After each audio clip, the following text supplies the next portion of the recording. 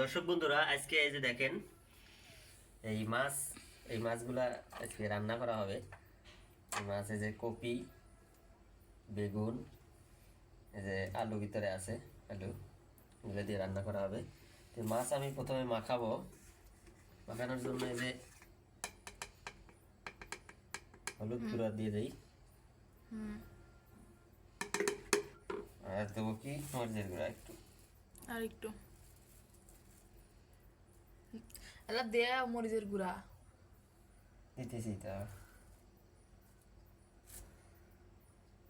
এই যে এর মধ্যে রাখো।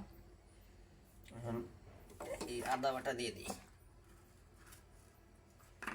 আর কি দেবো লবণ, লবণ দিয়ে দিই পরিমাণ মতো।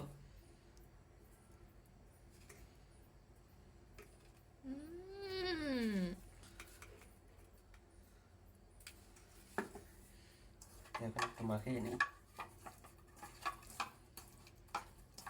মাখার কাছে নিয়ে এসে দেখাও। এই মাখানো যত ভালো হবে তত মাছটা মশলাগুলো পরিপূর্ণভাবে পাবে।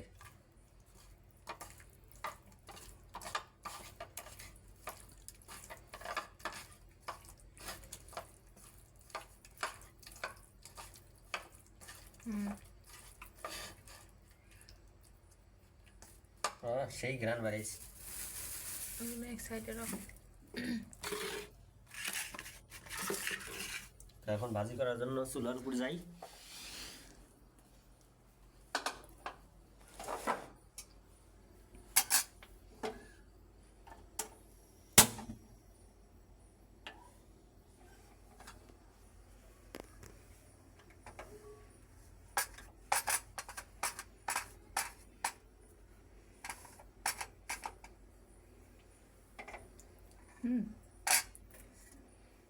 পানিটা ফাঁকা নিলাম, এই বেনে দেরিয়ে বেড়ে পেঁপে দিয়া